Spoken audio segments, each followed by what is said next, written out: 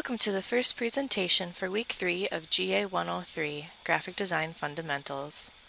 This week we will talk about design and typography, type as a design element, typographic conventions, and using typography in design.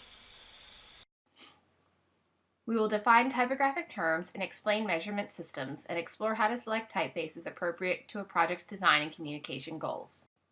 We will also explore ways that type can lend expression to a design and examine harmonious combinations of type with imagery and other design elements.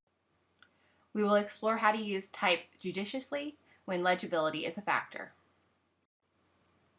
When discussing design and typography, there are two terms that are important to look at: hierarchy and balance.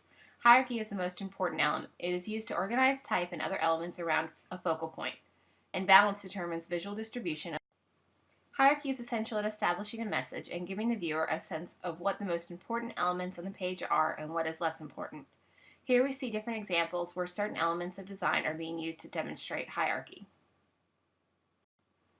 When we look at this design, what hierarchy do we see? We see a clearly defined headline, quote, and body copy.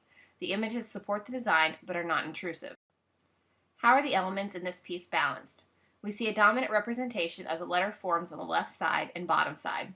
However, the red on the right side is very striking, and while not large, still holds its own against the large blue letters. The design as a whole creates a sense of movement from one element to another. Some other terms in which we will discuss are theme and variation. We can accomplish this by mixing typefaces effectively, making the difference in type design look obvious and purposeful, and in proportional relationships where we use a grid, which is a modular compositional structure with vertical and horizontal lines. This design has a unified theme in terms of the type. What do we see? If we review the design, we see one typeface being used throughout this in the theme. We also see two colors used in the type along with different sizes to show importance. This establishes the proportional relationships along with the hierarchy.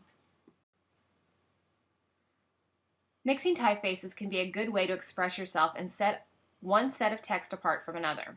You can mix script and serif or sans serif, serif and sans serif, light and heavy, large and small, wide and narrow, upper and lower case.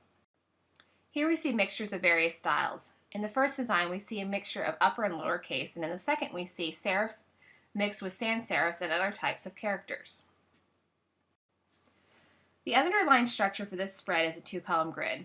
All of the spread's text is aligned to this format as well as the photos.